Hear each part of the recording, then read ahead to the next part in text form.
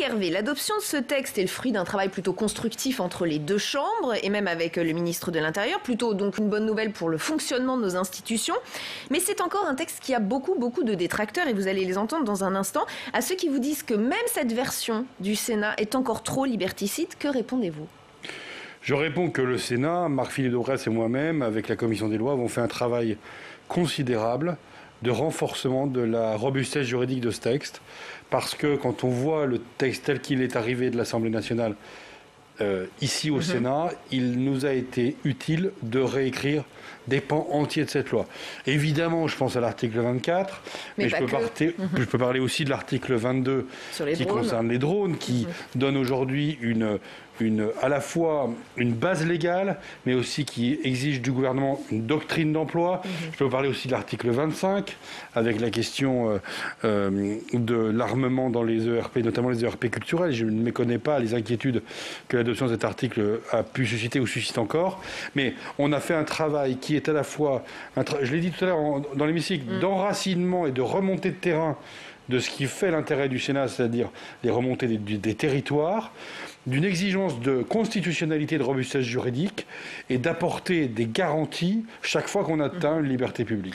Et on avait un enjeu, parce que vis-à-vis des forces de sécurité dans notre pays, il y avait un enjeu de répondre à des situations qui n'étaient plus acceptables. Et donc ce texte, tel qu'il sort de la CMP, me paraît beaucoup plus convenable. Parce que, rappelons-le, ce texte est censé mieux protéger les forces de l'ordre. Anne-Sophie Saint-Père, quand vous entendez que ce texte est finalement dans les clous juridiques, d'ailleurs il a été renommé, loi sécurité globale, préservant les libertés. Préserve-t-il les libertés ?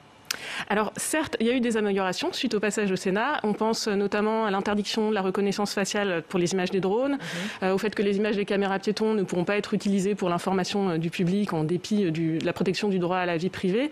Reste que pour nous, ce texte reste problématique en termes de liberté publique. Pourquoi ? On a parlé de l'article 22. L'article 22, ça autorise la surveillance par des drones. Les drones, ce sont des dispositifs de surveillance extrêmement intrusifs. Ce sont des caméras mobiles par le ciel qui peuvent filmer un peu partout sans forcément prévenir les personnes, potentiellement en suivant les personnes. Donc certes, le Sénat a légèrement plus encadré que par rapport à l'Assemblée nationale ce type de surveillance, mais ça reste possible de surveiller dans les rassemblements, dans les manifestations. Les rapporteurs spéciaux des Nations Unies eux-mêmes indiquent que filmer des manifestants, ça doit être limité à des cas où c'est absolument nécessaire et proportionné. Or là, c'est autorisé de manière très large.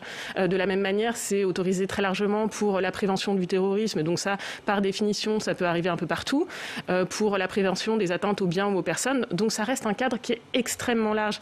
Et nous, on aurait aimé qu'on nous démontre, pour l'utilisation d'un mécanisme qui est attentatoire à la vie privée ou au droit de manifester, en quoi c'était nécessaire et proportionné. Et c'est extrêmement compliqué parce qu'en fait, il n'y a pas d'évaluation sur les processus de vidéosurveillance, y compris des caméras fixes. Donc comment prouver la nécessité d'un dispositif quand il y a si peu d'évaluation à aucun moment dans les débats, on a montré qu'il n'y avait pas d'autres moyens moins intrusifs d'arriver au même résultat. Et je vous laisserai répondre évidemment Loïc Hervé. On va terminer quand même ce tour de table. Stanislas Godon, j'allais dire, vous faites partie des destinataires premiers de cette loi, de ce texte. Est-ce que vous avez le sentiment que les forces de l'ordre seront mieux protégées grâce au vote de ce texte au Sénat aujourd'hui ?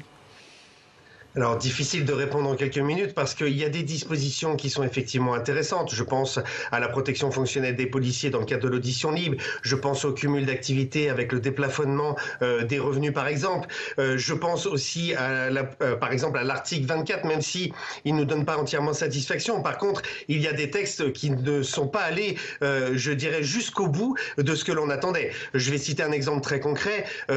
Avec le texte, par exemple, sur la non-utilisation des images extraites des caméras piétons, nous avons d'ores et déjà, je vous le dis, perdu la bataille de la communication, puisqu'on ne pourra pas faire justement un rééquilibrage de la vérité de l'action de police et des interventions de police. D'autre part, l'article 24, concernant, je dirais, la provocation à l'identification, eh bien, ne répond pas tout à fait aux attentes des policiers. Nous étions partis, et nous l'avons dit à monsieur le sénateur, monsieur le rapporteur, dans le cadre des auditions, nous étions partis sur l'histoire du floutage, parce qu'on pense que c'est la meilleure des protections, la meilleure des remparts pour protéger les policiers. D'ailleurs, la CNIL, dans sa délibération, l'avait très clairement dit, le visage d'un policier est une donnée à caractère personnel et elle doit être protégée en tant que telle. Alors, c'est intéressant parce que j'entends un membre des forces de l'ordre pas tout à fait satisfait par le texte. C'était pourtant bien l'objectif de ce texte et je vous laisserai à nouveau répondre, c'est promis, mais on va terminer ce tour de table. Paul Cassia, est-ce que pour vous ce texte trouve un équilibre quand même entre protection des forces de l'ordre et liberté publique ou pas du tout ? Bon, l'équilibre, c'est une notion qui est très subjective. Ce qu'il est moins, c'est la nécessité d'un texte législatif. Est-ce qu'il était utile, pertinent, d'adopter une proposition de loi relative à la sécurité globale en plein état d'urgence sanitaire et sans qu'une étude d'impact des propositions n'ait été faite? C'est une proposition de loi, elle émane des parlementaires et pas du gouvernement. Donc cette proposition a été présentée devant les chambres du Parlement sans que sa nécessité soit démontrée. La proposition de loi commence par un exposé des motifs qui dit ceci: l'insécurité prend aujourd'hui des formes de plus en plus variées dans le quotidien des Français. Alors, pour remédier à ces formes de plus en plus variées, sont énoncées un certain nombre de dispositions qui viennent d'être évoquées par vos invités. Or, le problème, c'est que c'est la 30e ou 35e proposition de loi dans le même sens, dans le sens très sécuritaire, qui est adoptée depuis 1981. Je voudrais juste à cet égard rappeler le titre d'une loi du 2 février 1981 qui s'appelait « Loi renforçant la sécurité et protégeant les libertés des personnes ». C'est exactement la même chose qu'on a 40 ans plus tard avec la loi relative à la sécurité globale et préservant les libertés. Donc on a un miroir à 40 ans de distance de législation très sécuritaire, mais dont les effets, c'est constaté par deux au moins de vos invités, ne sont pas couronnés de succès sur le terrain, puisque l'insécurité, nous dit-on, grandirait. Donc je me demande si, sans rentrer dans le détail des dispositions, sur le plan de la nécessité, on ne suit pas là une même pente depuis une trentaine, quarantaine d'années qui s'avère improductive. Et potentiellement glissante. Loïc Hervé. Oui, mais sur le principe de nécessité, pour répondre au professeur, le Conseil d'État a mis l'ensemble des drones des forces de sécurité en France à l'arrêt, par 2 arrêts qu'il a pris et un avis de la CNIL sur le même motif. Donc il fallait que nous donnions une base juridique d'utilisation des drones dans notre pays. D'accord. Cette base juridique, elle a été créée. L'Assemblée nationale a fait une liste de finalités et le Sénat a complètement encadré en faisant intervenir le préfet, en faisant intervenir le procureur de la République, en adaptant et en restreignant le champ des finalités. Donc on a fait des choses qui n'étaient absolument pas prévues dans le texte de loi. Sur la notion même d'absence d'études d'impact, d'absence d'avis du Conseil d'État. C'est le Sénat qui a demandé un avis à la CNIL. Donc notamment pour l'article 22 et pour d'autres articles, c'est le président Buffet qui a demandé à la CNIL de se positionner. Donc, en fait, vous subissez l'arrivée d'un texte et au contraire, vous dites qu'il faut absolument l'encadrer. C'est la loi du bicamérisme. Si nous ne l'avions pas fait, quelle aurait été l'alternative? Simplement l'adoption du texte de l'Assemblée nationale, aussi mal né et mal conçu qu'il l'était, et nous l'avons amélioré dans un dialogue assez ouvert avec Jean-Michel Fauvergue et Alice Toureau, avec un dialogue aussi avec le ministre de l'Intérieur et ses services, qui a permis d'aboutir à ce compromis. C'est sûr Mais était-il nécessaire vraiment ce texte? Pour répondre juste à cette question. Moi, je pense qu'il était nécessaire, ne serait-ce que pour créer la police municipale de Paris, pour encadrer l'utilisation des drones, pour avoir des évolutions sur la vidéoprotection. Et nous aurons un texte très, très bientôt sur l'adaptation du droit de la vidéoprotection au droit européen, parce que la France doit le faire. Oui, je pense que ce texte était nécessaire et que vraiment, il tombe à pic. Je voudrais quand même parler de l'article 21. La finalité qui consiste à dire que les images de la police, tournées par la police, à des fins de maintien de l'ordre ou à d'autres fins, pourraient être de l'initiative du ministère ou de la préfecture de police de Paris ou des services de police transmis aux médias, est une idée à laquelle je me suis opposé, qui est une erreur majeure qui aurait consisté à faire du ministère de l'Intérieur une agence de presse. Il n'en était pas question en termes de protection des libertés publiques. Mais Stanislas Godon vous dit une guerre des images perdues. Mais il n'y a pas de guerre d'images à avoir, enfin. Mais il y en a une, de fait. Non, mais dans l'affaire Benalla, la PP fait fuiter des images de ce qui se passe place de la Contrescarpe. On a vu ce que ça a donné. Enfin, je veux dire, la guerre médiatique, elle peut se retourner contre celui qui produit des images. La sélection d'images, le feuilletonnage d'images, c'est une erreur majeure. Heureusement, le Sénat a pu bloquer ça. Et le ministre, en lecture au Sénat, n'est même pas revenu sur cette idée-là. Alors revenons, si vous le voulez bien, sur le cas précis de l'article 24, tant contesté. Je vous donne la parole dans un instant. Sorti de l'Assemblée, je rappelle qu'il pénalisait la diffusion malveillante d'images de policiers. Sorti du Sénat, on ne parle plus de la loi de 1881 sur la presse. Place à donc un nouveau délit de provocation à l'identification des policiers, ce qui est profondément différent. Et Marc-Philippe Daubresse, l'autre co-rapporteur du texte, a montré un cas concret pour expliquer ce que ça changeait. On l'écoute une seconde et on en parle ensuite ensemble. Le journaliste, évidemment, a le droit de filmer ce qu'il veut. Et dans notre conception de la liberté, évidemment qu'il a le droit de diffuser en fonction de sa déontologie ce qu'il estime nécessaire de diffuser. S'il met un numéro d'identification pour dire le policier en question, que vous pouvez l'identifier de telle manière, m'a sauvé la vie, je vais lui offrir des chocolats, il n'est pas sous le coup du délit. Mais si il est démontré sans que l'action soit nécessaire au final, s'il est démontré que cette identification a été faite dans l'intention de nuire, et si des images, mais pas que des images, si des fichiers, si des données personnelles données par des journalistes sont reprises par d'autres avec une intention malveillante, là il y a un délit. Anne-Sophie Saint-Père, la nuance est importante. J'imagine que ce n'est pas tout à fait la même chose. Diffusion d'images malveillantes et la création de ce délit de provocation à l'identification. C'est une bonne chose.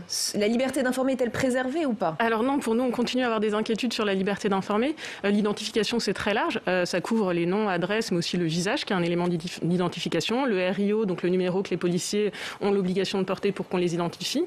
Les fins malveillantes, c'est aussi, ça va être aussi un élément qui est tout à fait subjectif et qui sera donc évalué en premier lieu par le policier ou les procureurs dans le début des procédures. Donc pour nous, on est très inquiet du fait qu'on est en train de créer un énième délit très vague, très large, soumis à interprétation, dans un contexte où le travail des journalistes, des observateurs des droits humains, de toute personne qui filme la police est déjà régulièrement entravé sur la base de lois vagues. Et par ailleurs, sur les exemples qui ont été donnés, en fait, il y a déjà énormément de dispositions du Code pénal qui peuvent s'appliquer sur les menaces, le harcèlement, la diffusion d'informations personnelles, l'outrage, la diffamation. Donner l'identité d'un policier qui aurait tabassé un manifestant, c'est déjà puni par la loi? C'est déjà le cas. S'il y a une intention malveillante, bien sûr, puisque ça pourrait être une menace ou ça pourrait être un harcèlement si l'idée est que plein de gens s'attaquent à lui. Donc, de toute façon, il y a déjà beaucoup de procédures qui peuvent être engagées sur la base du droit existant. Ensuite, le terme d'identification, moi-même, m'a fait tiquer parce qu'en fait, une des grosses difficultés dans les affaires de violence policière pour que les victimes obtiennent justice, c'est l'identification des policiers. Si on fait un appel à témoins pour trouver qui sont les policiers qui frappent des manifestants à terre... Ils n'oseront pas donner l'identité puisqu'ils auront peur d'être punis. Ça peut être couvert par ce délit. Et il faut se rappeler qu'en fait, quand on crée des lois très vagues ou larges, alors peut-être que le législateur a une idée en tête de comment ça va être utilisé, mais en fait, là, on est en train de créer un outil de répression qui pourrait être utilisé très largement, qui sera utilisé par les gouvernements suivants, quels qu'ils soient. Donc en fait, c'est le problème de ces lois-là. Elles donnent des outils, elles donnent des armes de guerre à d'éventuels gouvernements moins respectueux des droits humains en termes de surveillance, en termes de répression. Donc il faut être extrêmement prudent et rester dans le cadre du droit international, très strictement sur tous les outils qu'on donne aux autorités. Paul Cassia, vous êtes d'accord? La notion d'identification est trop vague, là aussi? Je suis d'accord avec tout ce qui vient d'être dit. Alors, bon, l'article 24 a donné lieu à divers épisodes qu'il n'est pas possible de rappeler ici. Le gouvernement s'en est remis à l'avis d'une commission. Finalement, cet avis n'a pas été donné. Le Sénat, comme il en avait effectivement la possibilité, a réécrit l'article. Et la loi de 1881 sur la liberté de la presse a disparu de la version qui a été adoptée. Mais je constate que tout tourne, et y compris l'intervention que vous venez de restituer du sénateur Daubresse, tout tourne autour de la diffusion d'images par des journalistes. Il faut bien évidemment élargir le débat. Aujourd'hui, chacun, y compris moi, qui ne suis pas journaliste, est en capacité, a le droit de filmer des forces de l'ordre sur la voie publique. Je considère que c'est une bonne chose parce que ça participe de la transparence de l'action publique. Le texte tel qu'il est rédigé, d'abord, sa nécessité n'est pas assurée. Ça vient d'être indiqué par Madame Saint-Père, je la rejoins tout à fait sur ce point. Et puis, son intelligibilité, à force de vouloir faire des compromis, n'est pas assurée. Le Conseil constitutionnel devra statuer sur ce point. Ce qui est désormais incriminé, c'est la provocation dans le but manifeste qu'il soit porté atteinte à l'intégrité physique ou psychique d'un agent des forces de l'ordre. Qu'est-ce que ça veut dire l'intégrité psychique, la provocation dans le but de porter atteinte à cette intégrité psychique? Est-ce que le principe d'intelligibilité de la loi est assuré? Est-ce que ce délit n'est pas trop vague? Il y a là matière à débattre. Sa nécessité n'est pas acquise, son intelligibilité ne l'est pas non plus, et il faudra veiller à ce qu'en pratique, ce texte n'ait pas pour effet d'aboutir à ce que le gouvernement souhaitait, c'est-à-dire finalement l'interdiction de fait de filmer des agents sur la voie publique. Ou un certain effet dissuasif, Stanislas Godon. En fait, c'est toujours le débat un peu surréaliste depuis le début, c'est que les policiers, et en l'occurrence, nous n'avons jamais demandé à ce qu'il soit interdit de filmer les policiers en intervention, nous avons simplement demandé à les protéger. Parce que quand on évoque le fait de diffuser dans le but de porter atteinte à l'intégrité physique ou psychique, on ne parle pas d'un autre cas. C'est le cas de la diffusion de vidéos de policiers où on met sur les réseaux sociaux, sur Facebook et Twitter, simplement le visage du policier. Moi, je ne comprends pas pourquoi certains médias arrivent à le faire. Ils diffusent en floutant le visage des policiers. Sur les smartphones, vous avez 4 applications qui sont possibles où vous pouvez flouter le visage d'un policier en direct, même quand vous faites un live. Donc moi, je ne comprends pas pourquoi on s'arc-boute sur l'histoire de ne pas flouter le visage des policiers. Surtout que, je le rappelle, dans la délibération de la CNIL, c'est dit très clairement, il faut flouter quand vous conservez des films à propos des citoyens. Mais par contre, le policier n'est pas un citoyen et lui, on ne floute pas son visage alors que c'est une donnée d'identification. Et ça, c'est vrai que c'est une déception pour les policiers aujourd'hui. Loïc Hervé. Alors, sur cet article 24, Marc-Philippe Daubresse en particulier, parce qu'il avait en charge cet article, a travaillé avec moi-même avec méthode. Nous sommes d'abord posé la question de la suppression ou pas de cet article. Si le Sénat avait supprimé cet article, nous serions arrivés en commission mixte paritaire, les mains vides, avec aucune version du Sénat, et donc la version de l'Assemblée nationale, qui à nos yeux était pire, et aux yeux d'ailleurs des observateurs, était bien pire. Mais le floutage. Donc nous avons voulu réécrire. Le floutage pose des questions de principe et de réalité qui sont extrêmement et techniques qui sont très compliquées. Donc nous avons choisi cette rédaction. Nous avons eu recours à l'expertise. C'est pas vrai. Hein, je vois d'ici. Évidemment, on a cette divergence-là. Tant pis, c'est pas grave. Mais en tout cas, on a eu recours à des universitaires à qui on a dit si on ne supprime pas l'article 24, quelle est la rédaction que vous proposez? Et très naturellement, le transfert de la loi de 1880 au code pénal s'est imposé. La rédaction sur cette question de la provocation, l'identification et de l'interdiction de la création d'un fichier de données à caractère personnel s'est imposée très, très rapidement. Et donc, je trouve que la rédaction du Sénat est bien meilleure. Le juge jugera en fonction de ce qu'il arrive. Et je voudrais faire une précision quand même à tout le monde pour que vous compreniez bien. Et si on lit l'article qui a été voté il y a quelques minutes maintenant au Sénat, on parle de 4 types d'agents, les policiers, les gendarmes, les douaniers, les policiers municipaux. En opération. Il ne s'agit pas du tout d'une protection générale. Il s'agit bien d'éléments circonstanciés. Et le juge pourra utiliser cet article circonstancié de l'article 24, ou il pourra, s'il est adopté, utiliser l'article 18 de la loi séparatisme en cours de débat au Sénat, et qui sera peut-être adopté à l'Assemblée nationale dans quelques semaines maintenant. Et donc, le juge aura des choses entre ses mains. C'est bien le juge dans notre pays qui décide et des poursuites et des sanctions. C'est ça la démocratie. Alors, en fait, effectivement, il pourra y avoir une censure du judiciaire. Le problème, l'enjeu, c'est qu'avant, les personnes sont arrêtées, placées en garde à vue, parfois doivent attendre un procès avant d'être poursuivies. Donc, la création de ce type d'outils de délit définis de manière très vague, ça peut conduire à des abus. On l'a documenté sur d'autres lois qui sont utilisées abusivement contre des manifestants pacifiques. Évidemment que le filtre judiciaire joue son rôle et que la plupart sortent de garde à vue sans poursuite. Mais il y a un préjudice avant, quoi. Voilà, ils sont restés 24, 48 heures, voire 70 heures en détention alors qu'ils manifestaient pacifiquement. Et juste pour revenir sur la question du besoin de protection des policiers, il ne s'agit absolument pas de dire que les policiers ne se sentent pas menacés, qu'il n'y a pas de malaise. Et ça fait un moment qu'Amnesty International parle des problématiques de maintien de l'ordre et du rapport que ça crée entre la police et la population. Et on pense qu'une partie de ce malaise vient aussi de là. On parlait tout à l'heure de guerre des images. La police n'a pas à être en guerre contre sa population.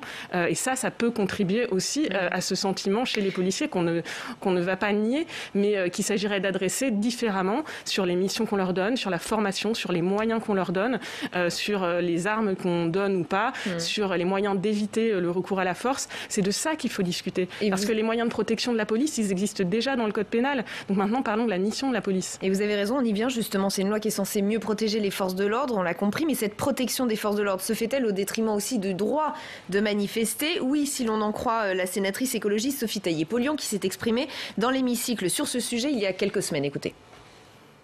Je crois qu'aujourd'hui, nous sommes dans une situation où nous le notons. Le droit de manifester est battu en brèche. Et oui, beaucoup de Françaises et de Français hésitent à venir manifester parce que maintenant, ça leur fait peur. Mais ce n'est pas seulement parce qu'il y a des Black Blocs, je ne nie pas qu'il y en ait. Mais c'est aussi parce qu'il y a un sentiment d'escalade, y compris dans la façon dont le maintien de l'ordre est mis en œuvre. Et ce n'est plus du maintien de l'ordre, je crois, malheureusement, auquel nous assistons, mais à une escalade dans le désordre. Stanislas Godon, est-ce que tout cela vient aussi du fait de peut-être un problème dans le maintien de l'ordre selon vous ? Alors ces propos sont insupportables pour le policier et les policiers que je représente parce que quand on voit combien de manifestations nous avons encadrées avec 3000 blessés dans nos rangs juste pour la période des Gilets jaunes, quand on voit que nous avons subi des attaques sous toutes leurs formes, quand nous avons interpellé des gens qui venaient avec des arcs, avec parfois des pistolets, avec parfois des bouteilles incendiaires dans des manifestations, on se demande vraiment de la faute à qui il y a eu effectivement des troubles à l'ordre public. Je crois qu'il ne faut pas inverser les rôles. La police, elle est là pour encadrer un droit constitutionnel qui est le droit de manifester. Effectivement, quand ça se passe bien, eh bien les policiers encadrent, sécurisent les avenues et font en sorte que d'un point A à un point B, la manifestation se déroule effectivement dans le calme.